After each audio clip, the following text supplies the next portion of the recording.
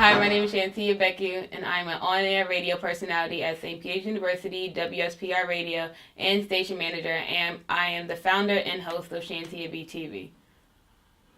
So when can people see Shantia B TV? If you subscribe to my YouTube channel, you'll always be in the loop to know when every time I drop a new video. Or if you just go to my website www.shantiab.tv, all the information will be provided. Well, what can we go to Shantia B TV for? Any exclusive interviews that I do covering events in the tri-state area, any news that's going on in the entertainment industry, and gallery photos. Okay.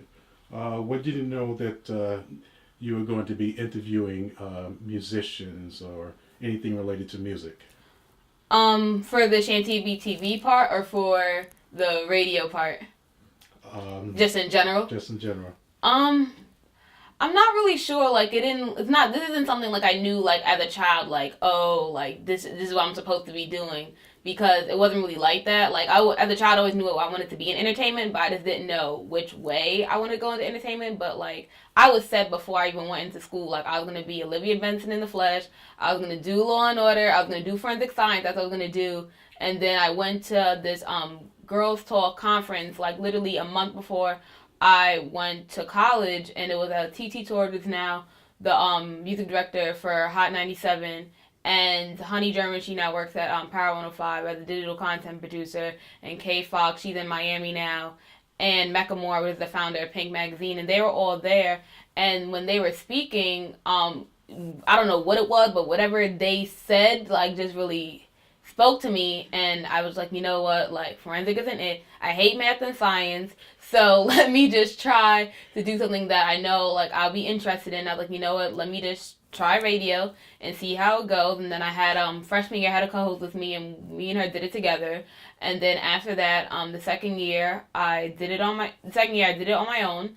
And I was like, you know, let me just start bringing really great people on my campus, because my school's small, so people weren't really aware of it. Like, people knew what my school was, but they weren't that familiar with it. So I was like, you know what? Why don't we start bringing artists to campus? And not even just artists, it's people in entertainment that are, like, really doing stuff that people know about, but don't know them, like, in depth with. And I felt like it was my duty, in a sense, to, like, bring those people on campus.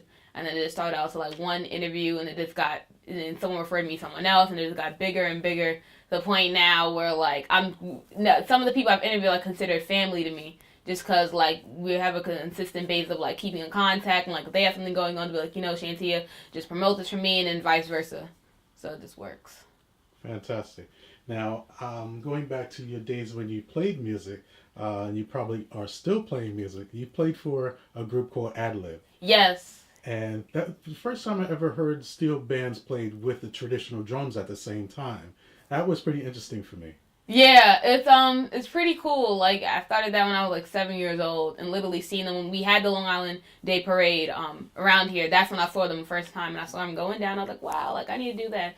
And then took me in. They taught me everything I need to know about pan. I played clarinet in school, but, like, that doesn't really count. So, like, that was where, like, I kind of read music, but, like, now, like, they really taught me the fundamental skills to, like, learn pan and, like, the proper way how to roll, and all, like, B flat and C sharp and all the scales and the C major scales. So they really, like, just made sure, like, I knew the background for it. So it's interesting now to see pan, well, I call it pan, the steel drums go to where it is now, because I've actually recently, on a couple of artists, I'm hearing the steel drums on a lot of tracks. Like, I know Chance the Rapper, he just dropped something not too long ago, like a year ago or so, and I heard the steel drums in the background. I'm like, wait, the steel drums hitting mainstream music, like, it's weird to me. And actually, someone I interviewed Amadeus recently, he's Trey Songz' music director, and he's a big producer as well, and he was like, wait, he's like, he plays steel drums, and it was a shock, because people, they don't really expect to hear that at first, but it's a unique talent to have. To me, I just see it as me playing pan, but everybody sees it as something else different. But it's really cool. Yeah. Now, if you could see yourself playing pan with any group, who would it be? If you had an opportunity. Like a musical artist? There's a sound that you hear out there that you can see, because you know about transitions, you know about how. Yeah. I'm trying to think. I think the Roots would be pretty dope. I swear to God. Really? Yeah. Yes, The absolutely. Roots, they're really dope. Like, they've been around for a really long time, but they still find a way to, like, incorporate the new sound, but not losing their own. So, like, to do that would be really cool. Yeah, I actually just saw. I guess the reason why they're fresh in my mind is I saw Billy Joel was playing on the Jimmy Fallon show, and he Oh, got to yeah. sing with them, and Roots is playing for Playing, them. yeah, it's Yeah, crazy. yeah. It's really dope. I think that's a good mix for you. Yeah. So if you could interview anybody in the entertainment industry, who would it be? Your top He three. always asks me this, and it's so funny because every time it changes, I actually have a bucket list. I have like a whole list of people. Starting with, I'll name like, can I name 5 or 3? Yes, yes. Okay, so the first one I would do is the President of the United States, Barack Obama, because I feel like as a young person, there are a lot of questions myself I have answers for. And I feel like even though like he does like the press conferences and he speaks, like just to talk to him personally and really know not him just as a black man, but him like being in that state and being in the, especially everything that's going on now. I feel like it'd be like really important, especially now with student loans and especially with gun violence and people being unarmed. Like I just have so many questions for him and Michelle Obama too. Questions for them and all of them, the kids too. I think a lot of people not look down, but a lot of people think Malia and Sasha should be a certain type of way, and people forget that they're teenagers. And even like I know for one of the daughters, she wore a skirt that was a little bit short, and to me, I'm like that's ridiculous. So just to know them and how they feel about certain things would be really great. J. Cole, I love Dreamville. If I could meet him, I wouldn't lose it. In my mind, I would lose it, but in front of him, I would keep calm. But he's just done a lot. Yesterday, he dropped another video for a part of his special for his documentary on HBO. And just the fact that he just took everyone that supported him and he didn't put them on, but they just all supported him and they turned it into something way beyond measure is like crazy. It inspires me. Like it's crazy. And especially because he came from St. John's University and they have him at St. John's and performing at the school you went to and they didn't give him his diploma because he didn't pay $7 for a library book is crazy. And to see him still come back and do everything is insane. And Beyonce, that's my third. I would love to interview Beyonce. I always talk, people always joke about me. They're like, Shantia, in a minute, you about to interview Beyonce. Like, I'm always joking. I'm like, the day I interview her, I could have put that on my resume. That's it. Beyonce. But Beyonce, that's it. So, yep. Okay, fantastic. So where do you see yourself in the year 2020?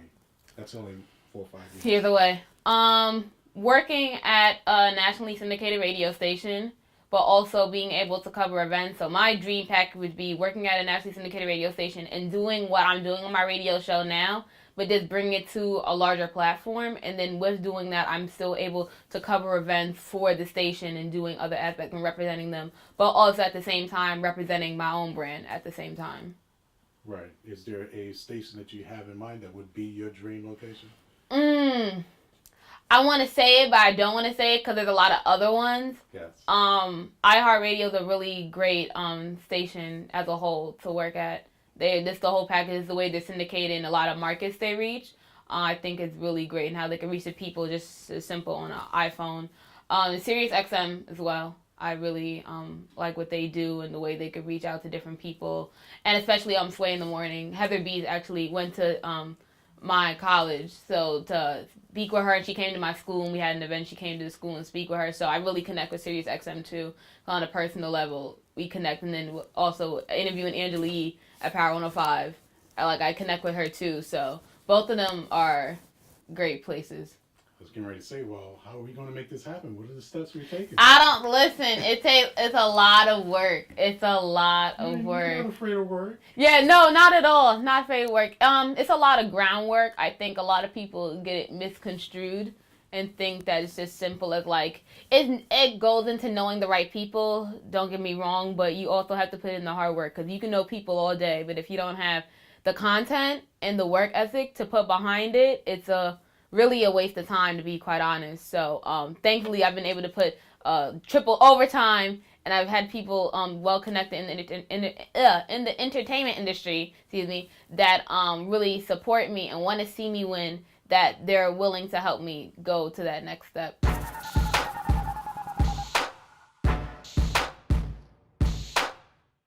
Well, since I went to a private school and I'm still go to a private Jesuit university now, the transition was kind of difficult in a sense. It wasn't because the high school that I was in, it was small, and my college now is small, so I was kind of used to it. But I think I know a lot of my friends, we were saying like the workload was a lot that people didn't prepare for, especially with senior year. People get like the senioritis and like the workload that they give you senior year. They give you work, but like it's nothing compared to the first week of school that you get freshman year of college. So like you're just chilling. Okay, I got into college, and you're relaxing, and you're in a complete shock because you're like, wow, like I actually have like legit work to do. What's important to me is people keeping their word, especially in the entertainment industry. When a person tells you about something and they believe in you and they tell you they're going to do something, or they say, okay, let's take the next step, that follow-up can mean everything to a person, especially a person scrolling through that email, refreshing that email a million times, just waiting for that call and waiting for that email. So if people keep their word, that stuff means everything to me because it could really go a long way.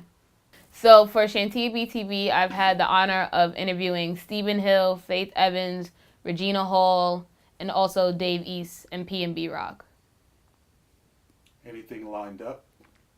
Lined up for right now. Yeah, I have a couple of things lined up for my radio show. I'll be kicking it back off in February. So I'm starting to get my lineup of people. I'm going to start interviewing some familiar faces people may know, some people that are on the rise. So I'm starting with that. And I'm very excited I'm starting a new project for my website. Next week, I'm interviewing the person. So I don't want to give away too much yet, but the person I definitely look up to and I've been wanting to interview for a long time. And it's finally happening. So it's a new project for the 2016, and that's what I'm going to be working on. Dream place to cover would be like the VMAs and the BET Awards.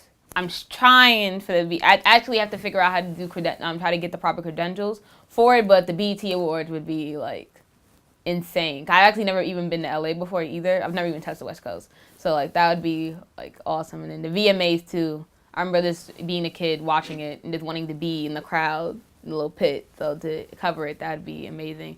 Then doing radio too, just to be on a main stage radio station, and not even a main stage radio, mainstream, radio station. Just being in a radio station environment that truly loves their craft and really puts in the hard work would be everything. But also being under mentors that really have been doing it for a long time and have put in the groundwork, and just watching them.